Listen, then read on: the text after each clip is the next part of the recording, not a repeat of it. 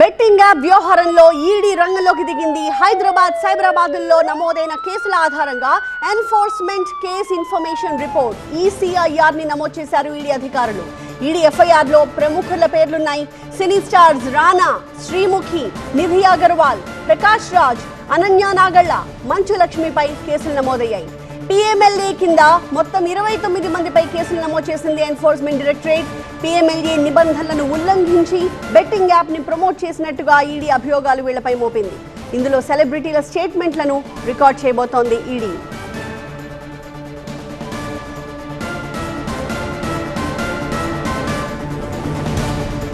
మరిన్ని డీటెయిల్స్ తో మా ప్రతినిధి జ్యోతి మనకి లైవ్ లో అందుబాటులో ఉన్నారు. జ్యోతి, చాలా మందిపై 29 మందిపై ఇప్పుడు కేసులు నమోదు చేస్తూ ఉన్నారు. వాళ్ళ స్టేట్మెంట్స్ ని ఎప్పుడు రికార్డ్ చేయబోతూ ఉన్నారు? వాళ్ళకి ఏమైనా నోటీసులు వెళ్ళాయా?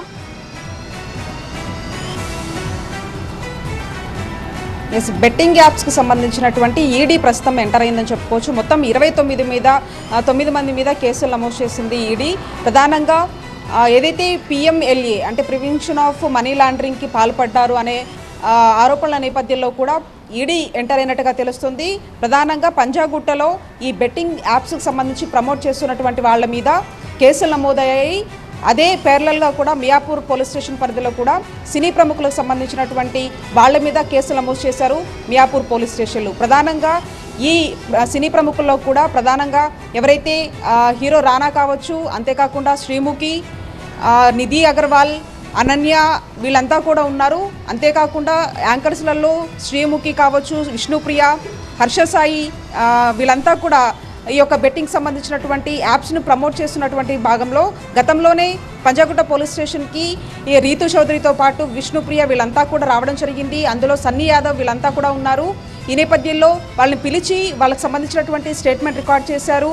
వాళ్ళకి సంబంధించినటువంటి ఆ మొబైల్లో ఏవైతే వీళ్ళు ట్రాన్సాక్షన్ చేసినటువంటి డబ్బులు కావచ్చు, అంతేకాకుండా బెట్టింగ్ యాప్స్ నుంచి వీళ్ళు పొందినటువంటి లాభాలు కావచ్చు, వీటికి సంబంధించినటువంటి అన్ని ఆధారాలను కూడా పోలీసులు అప్పుడు స్టేట్మెంట్ ఆధారంగా అంతేకాకుండా కొన్ని డాక్యుమెంట్స్ను కూడా పరిశీలించినట్టుగా తెలుస్తుంది. ఈ నేపథ్యంలో ఒకవైపు పంజాగుట్టలో మియాపూర్ పోలీస్ స్టేషన్ పరిధిలో నమోదైనటువంటి ఈ కేసుల ఆధారంగా ప్రస్తుతం ఈడీ ఎంటర్ అయింది. మనీ లాండరింగ్కి పాల్పడ్డారన్న ఒక కోణంలో కూడా ప్రస్తుతం ఈడీ వీళ్ళందరికీ కూడా నోటీసులు ఇచ్చి విచారణకు పిలిచేటటువంటి అవకాశం కనిపిస్తోంది.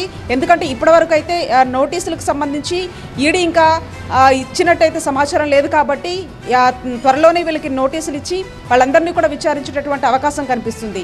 ఎందుకంటే దాదాపు 29 మంది మీద కూడా ఈ కేసులు నమోదు చేయడం జరిగింది. ఈ బెట్టింగ్కి సంబంధించి పెద్ద ఎత్తున కూడా కోట్ల రూపాయలు వీళ్ళు లాభాలు పొందారు. అందులో భాగంగా వీళ్ళు ఈ మనీనంతా అసలు ఎక్కడ ట్రాన్స్ఫర్ చేశారు, వీళ్ళు ఒక్కొక్క బెట్టింగ్ యాప్కి సంబంధించి గంటల్లో ఎంత లాభాన్ని వీళ్ళు పొందారనే దానికి సంబంధించి కూడా పూర్తి వివరాలు ఈడీ అధికారులు ప్రశ్నించేటటువంటి అవకాశం మాత్రం చాలా స్పష్టంగా కనిపిస్తుంది. ఇందులో టీవీకి సంబంధించినటువంటి వాళ్ళతో పాటు సినీకి సంబంధించినటువంటి వాళ్ళు కూడా ఉన్నారు. పూర్తిస్థాయిలో కూడా మనీ లాండరింగ్ పాల్పడ్డారన్న కోణంలో కూడా ఈడీ దర్యాప్తు చేసేటటువంటి అవకాశం కనిపిస్తూ ఉంది. Thank you Jyothi.